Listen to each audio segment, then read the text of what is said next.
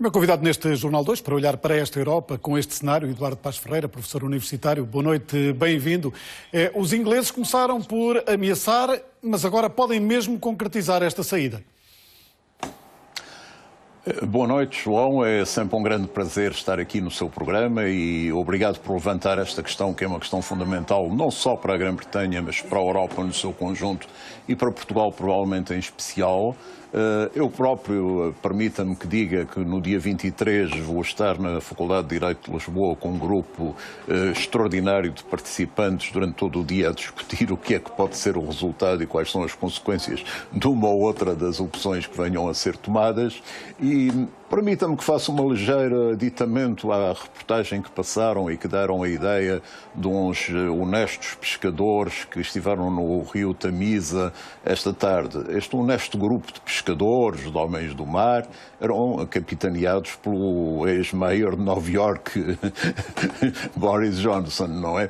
E tiveram uma espécie, aliás, de batalha naval com os adeptos da permanência esfiados por Bob Geldof, pelo organizador dos acontecimentos musicais de solidariedade. Bom, isto mostra um pouco como as coisas estão extremadas e como as máscaras são muito variadas. E o que está a acontecer é que, por exemplo, quando se olha para aquele discurso do Ministro das Finanças, fica-se estupefacto, porque a conclusão dos economistas é que se der o Brexit, o que vai haver é uma recessão na economia britânica. E então o que ele faz é ameaçar com mais austeridade, aterrar as pessoas com a ideia que ainda lhes vai pregar mais impostos. Mas as pessoas já estão a fugir dessa austeridade, por isso é que querem fugir da União Europeia. Aparentemente, mas repara, o problema é justamente porque é que querem porque é que querem fugir da União Europeia é a questão central. Porque até há pouco tempo, como sabe, as sondagens de opinião andavam muito equilibradas e a vantagem era até para a permanência. Mas a Europa ajudou. A Europa parece que quer empurrar o Reino Unido.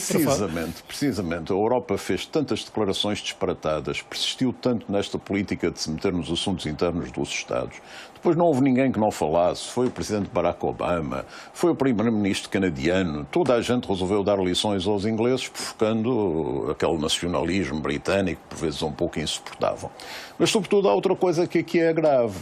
É que os ingleses identificam a permanência na Europa com o establishment e deixam-se, portanto, manipular por criaturas tão sinistras como o ex-mayor de Londres ou o Nick Farage, ainda pior, acreditando que aquele é o caminho da novidade, porque do outro lado a única coisa que lhes fazem é ameaças e chantagem, enquanto que os outros aparecem como os fazedores de um futuro bastante melhor.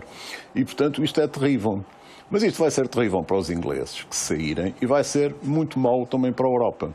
E para nós, países da periferia, também, porque a instabilidade financeira que vai resultar da descida da Libra, etc., vai muito provavelmente provocar subidas nas taxas de juros nos países periféricos e um reforço cada vez maior do crédito alemão e a Alemanha cada vez com mais juros, com juros mais negativos.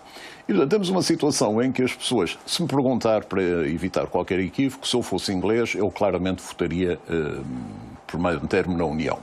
Tal como se me perguntassem em Portugal, eu também ainda responderia manter-me na União. Não sei o que pensarei daqui a uns tempos. Mas deixou esse ainda. Agora, e esse ainda é dominante nesta Europa. Toda a gente olha com grande desconfiança para o poder de Bruxelas. Portanto, repare, se alguém sai, imagino quantos não vão dizer também queremos experimentar isto.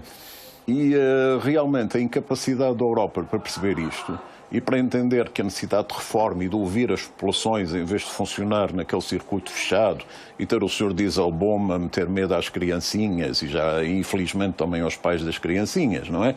E tudo isso continua na mesma situação.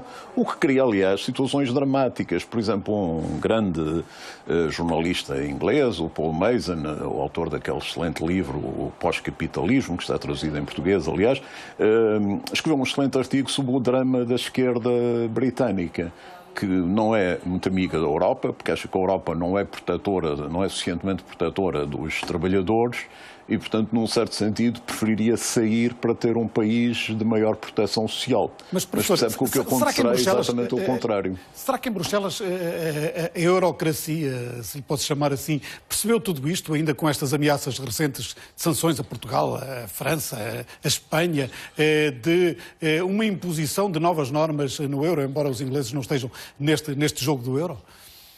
Bem, eu devo dizer que Bruxelas fez, por exemplo, uma cedência nas negociações que David Cameron conduziu com Bruxelas totalmente inaceitável. Quer dizer, a Grã-Bretanha, no fundo, como diz o próprio Cameron, está num estado em que está e não está. Já tinha algum afastamento da União Europeia, mas agora que, por exemplo, já os portugueses que forem para a Inglaterra, e não quero ser confundido, não estou a apelar à imigração, mas os que forem já vão ter uns anos em que não vão ter segurança social por causa dessa negociação que a União Europeia aceitou. Portanto, houve uma altura que se alarmaram um bocado.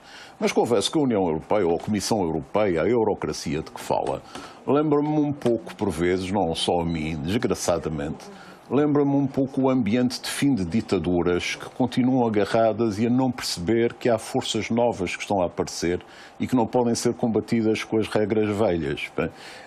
Há pessoas, os habitués, digamos, de Bruxelas, que não pertencem a essa eurocracia, dão imagens verdadeiramente aterradoras do que é a incompreensão de um quadro médio da Comissão Europeia e do que é a incompreensão de um comissário médio, o que ainda é mais grave.